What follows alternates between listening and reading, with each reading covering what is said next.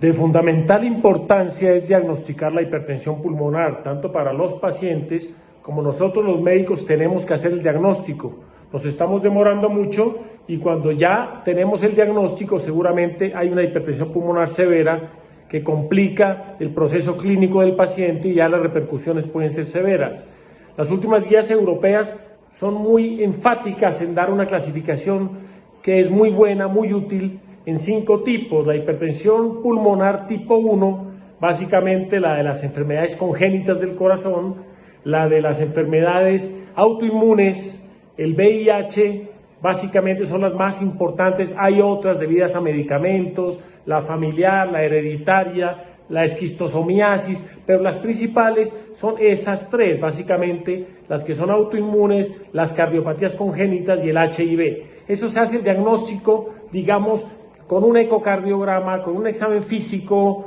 que el médico general tiene que hacerlo, un S2 reforzado, un soplo sistólico, un reforzamiento sobre todo del impulso pulmonar. Todo eso nos hace sospechar una hipertensión pulmonar, una radiografía de tórax que nos muestre también un agrandamiento de las arterias pulmonares, ¿cierto? Una prominencia de la vasculatura pulmonar con la amputación hacia la periferia, etcétera. Hay muchos hallazgos clínicos, muchos hallazgos radiográficos, electrocardiográficos que hacen sospechar que el paciente tiene hipertensión pulmonar. La tipo 2 básicamente es la que llamamos postcapilar, la tipo 1 es la precapilar, la tipo 2 postcapilar, el paciente que tiene falla cardíaca izquierda. Pues muy fácil, porque con un ecocardiograma podemos mirar si el paciente tiene una disfunción sistólica, una gran disfunción diastólica, una valvulopatía, etcétera. Eso ya nos enmarca el cuadro de la hipertensión pulmonar secundaria a un proceso del ventrículo izquierdo.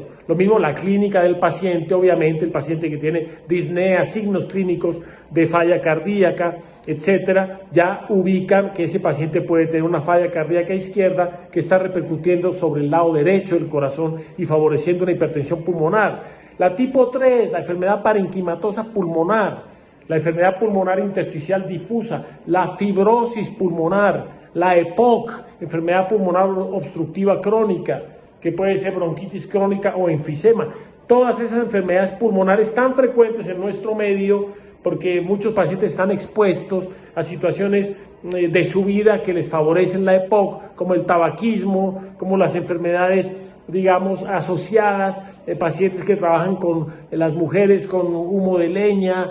o pacientes expuestos a ciertos inhalantes, etcétera, van a tener repercusión sobre el parénquima pulmonar y esa enfermedad, esa EPOC que se diagnostica clínicamente y también con una espirometría, etcétera, puede también ubicarnos que la hipertensión pulmonar se puede asociar o se puede deber en gran parte a esa enfermedad pulmonar crónica. La cuarta, la enfermedad tromboembólica pulmonar crónica. El paciente que ha tenido embolismos crónicos a repetición o después de un embolismo pulmonar agudo 3 meses y si el paciente sigue sintomático y sigue con hallazgos clínicos y ecocardiográficos de hipertensión pulmonar, también tiene hipertensión pulmonar del tipo 4 y el manejo debe dirigirse hacia esa enfermedad tromboembólica con anticoagulación, con exámenes específicos y vamos a ver si requiere el paciente hacer una tromboendarterectomía o hacer un procedimiento también hemodinámico con dilatación y colocación a veces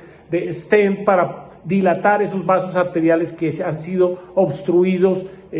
por esos eventos tromboembólicos. Aquí obviamente el ecocardiograma ayuda mucho en todos los aspectos de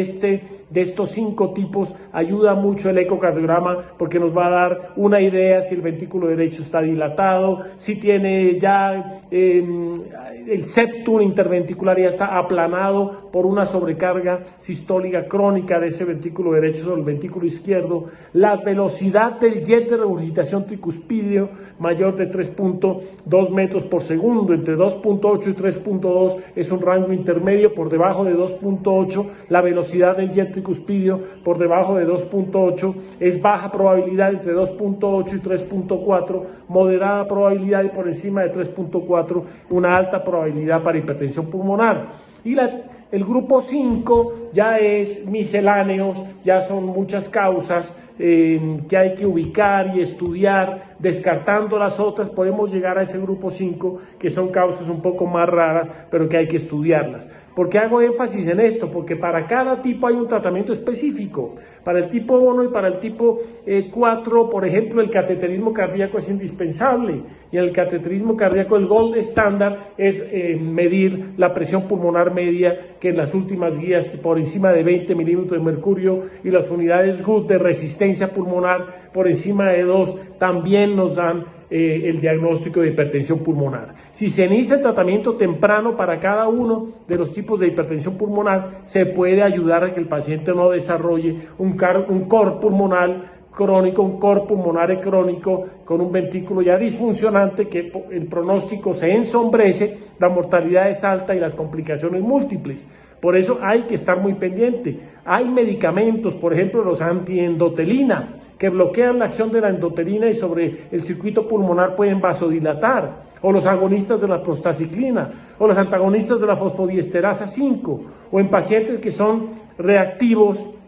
en el cateterismo, que tienen vasoreactividad positiva, se pueden utilizar calcioantagonistas, etcétera. Llamamos la atención a los médicos que primero hay que hacer el diagnóstico